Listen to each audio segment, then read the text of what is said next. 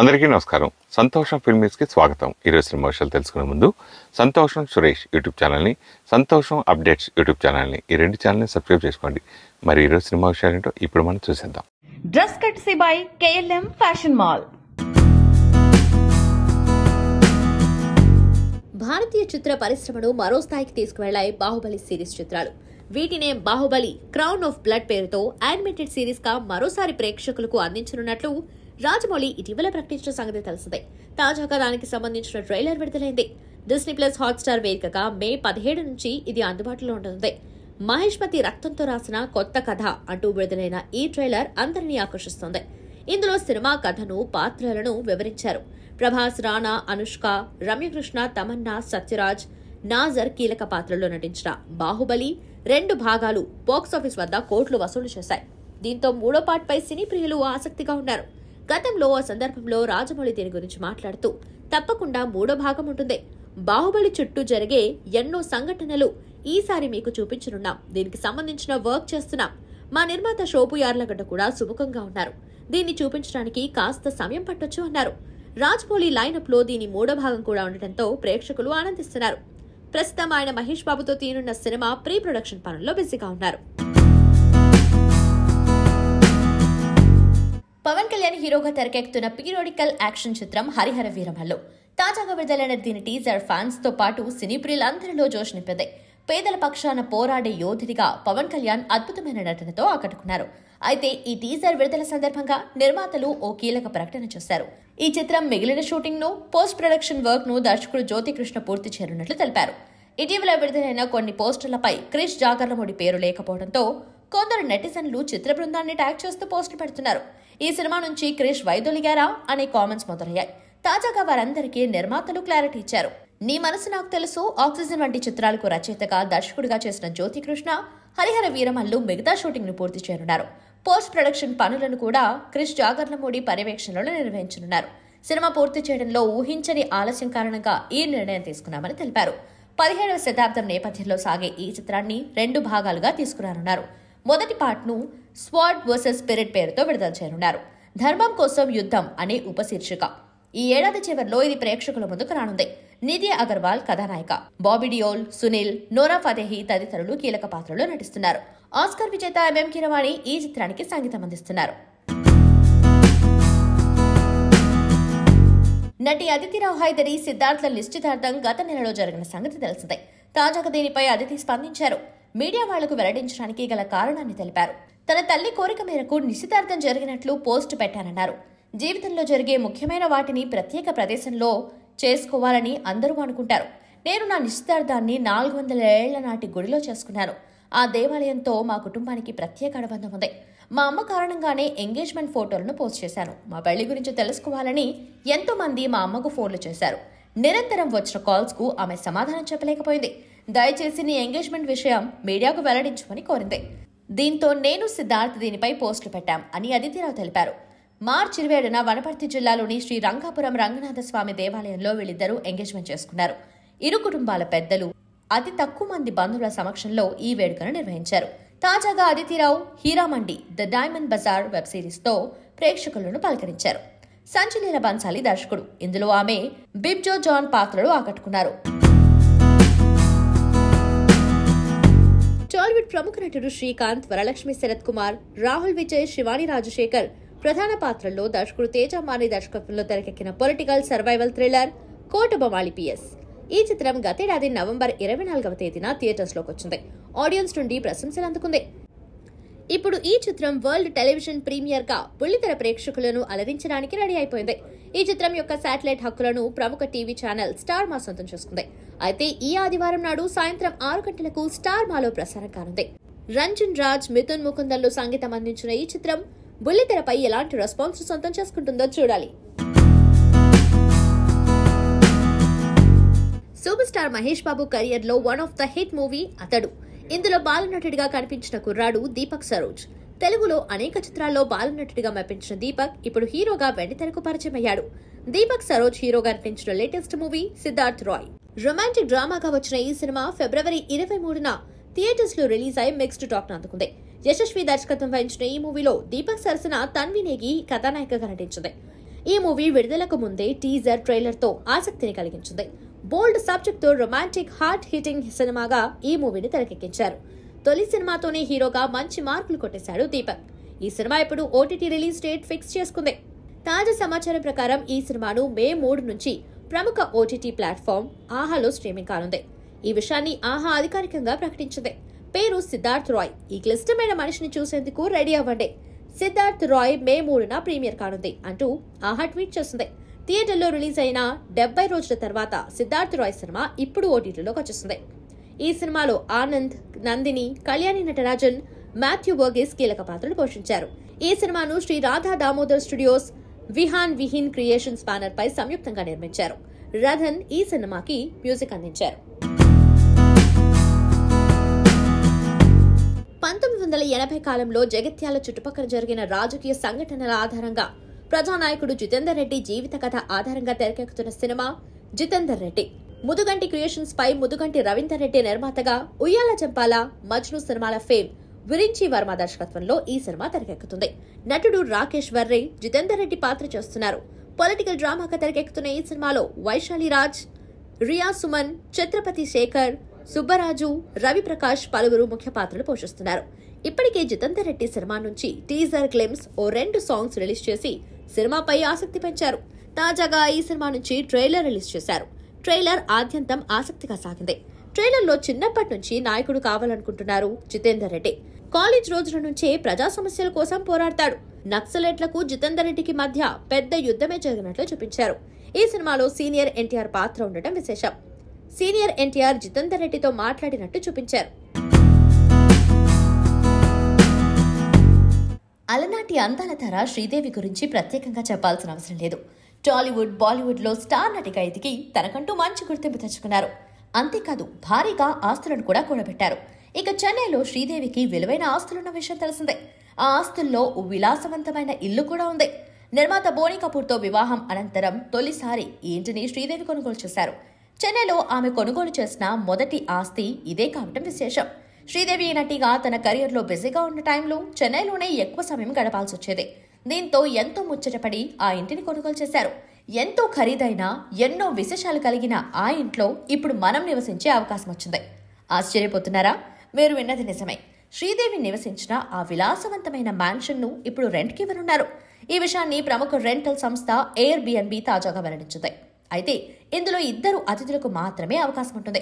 వారికి 1 bedroom, 1 bathroom access లభిస్తుందని rental సంస్థ వెల్లడించింది. ఈ ఇంటి కోసం బుకింగ్స్ మే 12వ తేదీన ప్రారంభం కానున్నట్లు సదరు సంస్థ తెలిపింది. కేవలం 1 రోజు రాత్రి స్టే చేసే ఆప్షన్ కూడా ఉన్నట్టు తెలిపింది. ఈ ఇంట్లో ఉండే వారికి దక్షిణాది వంటకాలను కూడా రుచి చూసే అవకాశం ఉంటుందని పేర్కొంది. 2022లో జాన్వీ కపూర్ ఈ ఇంటి హోమ్ టూర్ చేసి వోగ్ ఇండియా యూట్యూబ్ ద్వారా అభిమానులకు పరిచయం చేసింది. హోమ్ టూర్ ద్వారా ఆ ఇంటి విశేషాలను పంచుకుంది.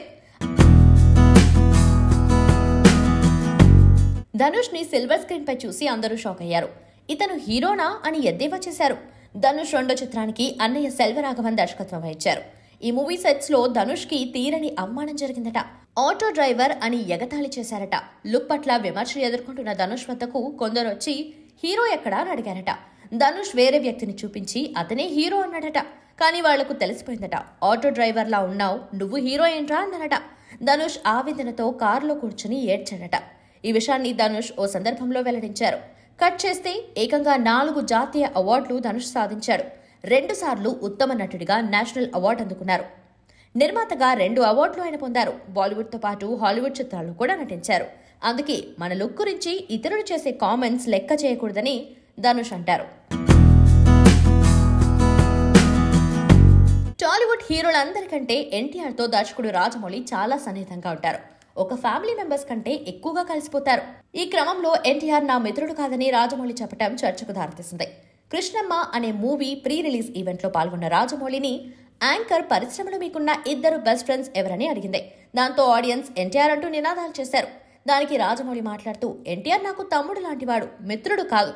నాకు బెస్ట్ ఫ్రెండ్స్ అంటే బాహుబలి నిర్మాతలు అయిన శోభు యార్లగడ్డ, సాయి కుర్రపాటి అని అన్నారు. రాజమౌళి కామెంట్స్ చర్చకు దారితీశాయి. నిజానికి ఇక్కడ ఎన్టీఆర్ ఫ్యాన్స్ బాధపడాల్సిన అవసరం లేదు. మిత్రుడికి మించి ఎన్టీఆర్ ని తన కుటుంబ సభ్యుడిగా రాజమౌళి అభివర్ణించాడు.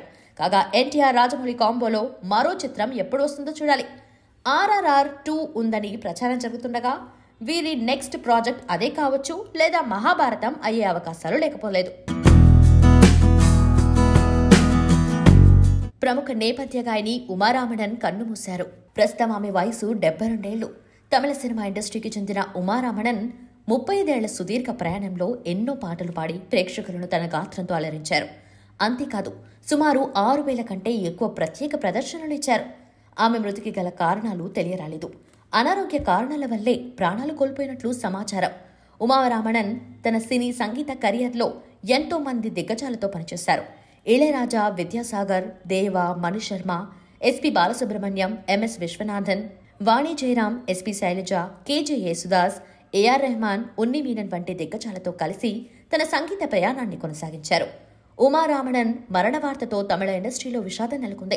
పలువురు ప్రముఖులు, అభిమానులు సోషల్ మీడియా ద్వారా గాయని మృతి పట్ల సంతాపం తెలుపుతున్నారు.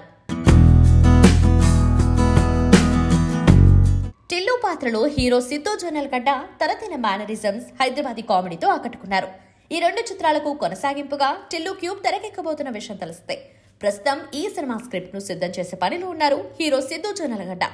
తాజా సమాచారం ప్రకారం ఈ సినిమాలో కథానాయికగా పూజా హెగ్డేను ఎంపిక చేసినట్లు తెలిసిందే. డీజే టిల్లు, టిల్లు స్క్వేర్ చిత్రాల్లో కథానాయక పాత్రలకు చాలా ప్రాధాన్యత ఉన్న సంగతి తెలిసిందే. ఈ నేపథ్యంలో మూడో భాగంలో పూజా హెగ్డేను కథానాయికగా తీసుకోబోతున్నారని వార్తలుస్తున్నాయి. అయితే ఈ వార్తలో నిజమెంతో తెలియాలంటే చిత్ర బృందం నుంచి అధికారిక ప్రకటన రావాల్సిందే. టాలీవుడ్ లో అగ్రదర్శకుల్లో ఒకరైన సుకుమార్ కూతురు సుకృతి వేణి దాదాసాహెబ్ ఫాల్కే అవార్డును సాధించింది. ఉత్తమ బాలనటిగా ఈ ఘనతను సాధించింది. గాంధీ తాత చెట్టు చిత్రంలో ఆమె ప్రధాన పాత్రను పోషించింది. ఈ చిత్రంలో ఉత్తమ నటనకు గాను ఉత్తమ బాలనటి అవార్డును అందజేశారు. ఢిల్లీలో జరిగిన అవార్డుల ప్రధానోత్సవ కార్యక్రమంలో సుకృతికి అవార్డును అందజేశారు. ఇంటర్నేషనల్ స్కూల్ ఆఫ్ హైదరాబాద్ లో సుకృతి 8వ తరగతి చదువుతుంది.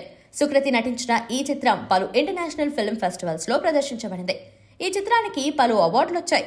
ఉత్తమ తొలి సినిమా బాలనటిగా Dubai international film festival, Indian international film festival అవార్డులను సుకృతి గెలుచుకుంది.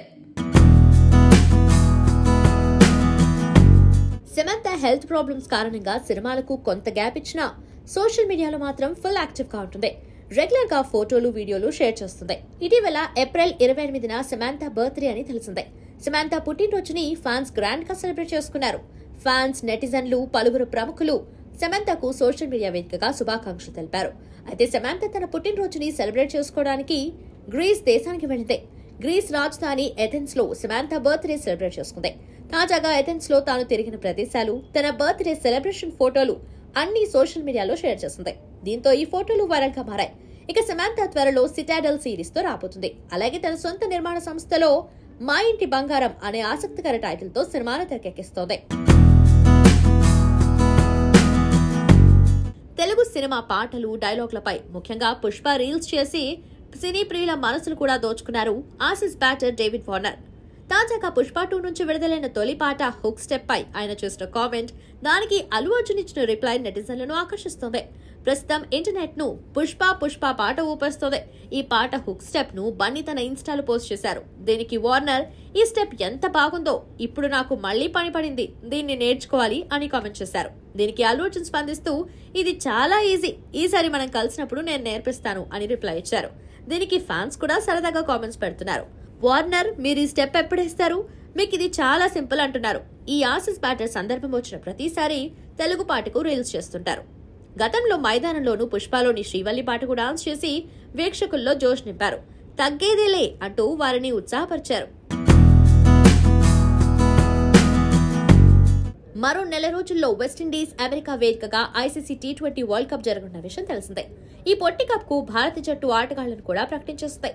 ఈ నేపథ్యంలో బాలీవుడ్ స్టార్ అమితాబ్ బచ్చన్ టీమిండియా జట్టుకు ప్రత్యేక సందేశాన్నిచ్చారు. తాజాగా తాను నటిస్తున్న కల్కి 2898 ADలోని అశ్వత్థామ అవతారంలో T20 ప్రపంచ కప్ 2024 కోసం శంఖనాదం మోగింది అంటూ ప్రత్యేక వీడియో ద్వారా భారత క్రికెట్ జట్టుకు స్పెషల్ మెసేజ్ ఇచ్చారు. మిమ్మల్ని మీరు తక్కువ చేసుకోకండి, విజయం ముందు తలొక్కొద్దు, ఇది మహాయుద్ధం, గొప్ప పోరాటం, ధైర్యంగా ఉండండి, మీ సామర్థ్యాన్ని ప్రదర్శించండి, బలాన్ని చూపండి, ప్రతి ఒక్కరూ గర్వపడేలా చేయండి, శత్రువు కళ్లల్లోకి కళ్లు పెట్టి చూడండి, అప్పుడు దేశం కోసం మీరు సిద్ధమవుతారు అంటూ క్రికెటర్లకు పిలుపునిచ్చారు. ప్రస్తుతం ఈ వీడియో నెట్టింట్లో వైరల్ అవుతుంది. అలాగే ఎక్కడా నిరుత్సాహపడిపోకుండా లేదు ఈ సినిమాని నేను డెఫినెట్గా తెర మీద చూపించి అందరితోటి చప్పట్లు కొట్టించుకుంటాను అని ఆ డైరెక్టర్ ప్రణీత్ ఏంటంటే ఆ కాన్ఫిడెన్స్కి కానీ ఆ పేషెన్స్కి కానీ హ్యాట్స్ ఆఫ్. ట్రైలర్ చూశాను, చాలా చాలా నచ్చింది. డెఫినెట్గా సినిమా చూడాలి ఆసక్తిగా. ఈ పతంగ్ ఇద్దరి చేతుల్లో అంటే ఈ ప్రీతి అనే పతంగ్ ఇద్దరి చేతుల్లో ఎవరి చేతిలోకి వస్తుంది అనే ఆసక్తి రేకిస్తూ చాలా ఎంటర్టైనింగ్ అనిపించింది, చాలా ట్రెండీగా అనిపించింది. అండ్ మోర్ దెన్ ఎనీథింగ్ ఒక జనరేషన్ మారిపోతుంది, కొత్త జనరేషన్ ఆఫ్ యాక్టర్స్ వస్తున్నారు, ఎంతో లైవ్లీగా చేస్తున్నారు. ఇంత టాలెంట్ డెఫినెట్గా ఇంకా ముందుకు వచ్చి అంటే థియేటర్స్ అనేవి నిండాలి అంటే యూత్ రావాలి అంటే ఇంత చక్కటి టాలెంట్ తోటి ఇంత మంచి సినిమాలు రావాలి అని మనస్ఫూర్తిగా కోరుకుంటూ very best to the entire team of Patang. ఎక్సైట్మెంట్ని పెంచడానికి నేను ఫస్ట్ మైక్ ఆయన దాక్కోవడానికి ట్రై చేస్తున్నారు. అన్నీ చేసి మీరు అలా వెనక్కి వెళ్ళి దాక్కోకూడదు. నాని గారు ప్లీజ్ వెల్కమ్. అరే దాని నుంచి ఎవర్రా ఎక్కువ అరిచేది అక్కడ కార్నర్లో? Sir thank you so much for coming. నా Buchanna please, thank you so much వచ్చినందుకు. అడగగానే ఆయన స్కెడ్యూల్ అంతా డిస్టర్బ్ చేసి రెహమాన్ గారితో మ్యూజిక్ సీటింగ్స్కి వెళ్ళాలంటే ఆపించేసి ఇక్కడికి తీసుకొచ్చి మా టీజర్ని చూపిమన్నాను అందరికి. థ్యాంక్ యూ సో మచ్ అన్న, thank you so much sir. Thank you. ఎలా ఉంది టీజర్? జస్ట్ టీజర్ అంతే, మిగతాది మ్యాచ్లో కలుద్దాం. Okay, thank you. ఈ పర్టికులర్ పతంగన్న సినిమా చాలా టర్బులెన్సెస్తో వెళ్తూ ఉంది, అందరికీ తెలిసినదే. అండ్ అలాంటి టర్బులెన్సెస్లో మా అందరికీ ఓకే ఎంత గాలి వేసినా గాలిపటం తెగకుండా పట్టుకున్నది నిజంగా నాని. అండ్ అలాగే అందరూ పేషెంట్గా వెయిట్ చేస్తూ ఎటువంటి డీవియేషన్స్ లేకుండా ముందుకి దీన్ని జాగ్రత్తగా తీసుకెళ్ళడానికి ప్రతి టీంలో ఉన్న ప్రతి ఒక్కళ్ళు చాలా కృషి చేశారు. అండ్ ఈ టీంతో పాటు టీం ఒక్కటే కాదు, ఈ టీం ముందుకెళ్ళడానికి వెనకాల నుండి నడిపించిన బ్యాక్ బోన్గా ఉండి నడిపించిన ఫ్యామిలీ మెంబర్స్, ఫ్రెండ్స్ అందరికీ కూడా very very thank you so much for that.